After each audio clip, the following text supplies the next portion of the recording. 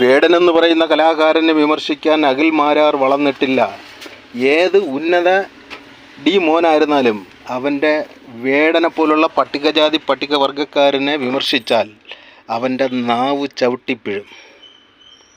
അപ്പോൾ അത് അറിഞ്ഞ് അവൻ പെരുമാറേണ്ടതാണ്. വേടനെതിരായിട്ട് പട്ടികജാതി പട്ടികവർഗക്കാരുടെ ദളിതരായിട്ടുള്ള ജനവിഭാഗങ്ങളെ അധിക്ഷേപിക്കുന്ന തരത്തിൽ അഖിൽ മാരാർ എന്നല്ല ഏത് കോപ്പനായിരുന്നാലും അവൻ്റെ നാവ് ചവിട്ടിപ്പിഴേണ്ടതായിട്ട് വരുമെന്നുള്ളതാണ്.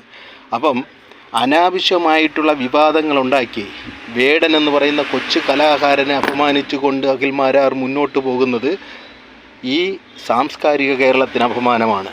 അപ്പം അവൻ ഫേമസ് ആവുന്നതിന് വേണ്ടി ആരെല്ലാമാണോ ജനസ്വാധീനമുള്ളവർ, ആരെല്ലാമാണോ താഴെത്തട്ടിൽ നിന്ന് വളർന്നു വരുന്നവർ, അവരുടെ എല്ലാം മേക്കിട്ട് കയറക്കാണ് ഈ അഖിൽ മാരാർ എന്ന് പറയുന്ന കോപ്പൻ്റെ ജോലി.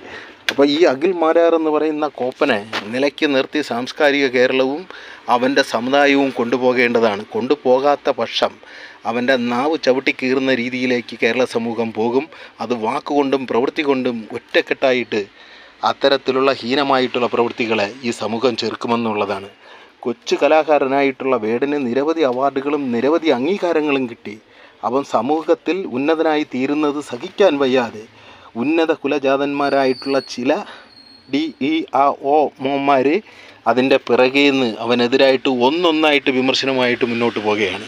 അപ്പം അഖിൽ മാരാരെ പോലുള്ള സംസ്കാരശൂന്യരായിട്ടുള്ള പുഴുക്കടിക്കുത്തുള്ള മനസ്സിൽ എന്നും പുഴുക്കടി മാത്രവും ആയിട്ട് നടക്കുന്ന സംസ്കാരശൂന്യതയില്ലാത്ത അവൻ്റെ മതത്തെയും ജാതിയെയും ഗുണത്തെയും വർഗത്തെയും അവൻ്റെ സംസ്കാരത്തെയും അവൻ്റെ കുലത്തൊഴിലിനെയും എല്ലാം വിറ്റ് കാശാക്കി കാണിക്ക വഞ്ചിയിൽ വരെ പണം പിരിച്ച് ജീവിക്കുന്ന അവനെപ്പോലുള്ള അവൻ്റെ സംസ്കാരത്തിലുള്ള അവൻ്റെ കുലത്തിലുള്ള അവൻ്റെ ജാതിയിലുള്ള അവൻ്റെ സമുദായത്തിലുള്ള ഒരു മോനും വേടനെന്ന് പറയുന്ന കൊച്ചു കലാകാരനെയും അവൻ്റെ സമുദായത്തെയും അധിക്ഷേപിച്ചുകൊണ്ട് മുന്നോട്ട് പോകാൻ വളർന്നിട്ടില്ല.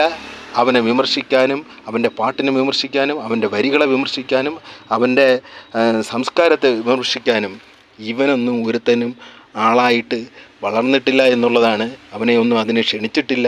ഇവൻ്റെയൊക്കെ വാക്കിന് അവിടെ നമ്മുടെ കൊച്ചുവേടൻ്റെ ടീമുകളുമൊന്നും ഒരു വിലയും കൽപ്പിക്കുന്നില്ല എന്നുള്ളതാണ്. കാരണം ഇവന്മാർക്ക് നേരെ ചെവ്വേ പിതൃത്വപരമായിട്ടുള്ള ഒരു സംസ്കാരമില്ല, നേരെ ചെവ്വേ പിതൃത്വപരമായിട്ടുള്ള ഒരു സ്റ്റാൻഡില്ല, ഒരു കാഴ്ചപ്പാടില്ല, ഒരു കീഴ്വഴക്കമില്ല, ഒരു സിസ്റ്റമില്ല. എല്ലാത്തിനെയും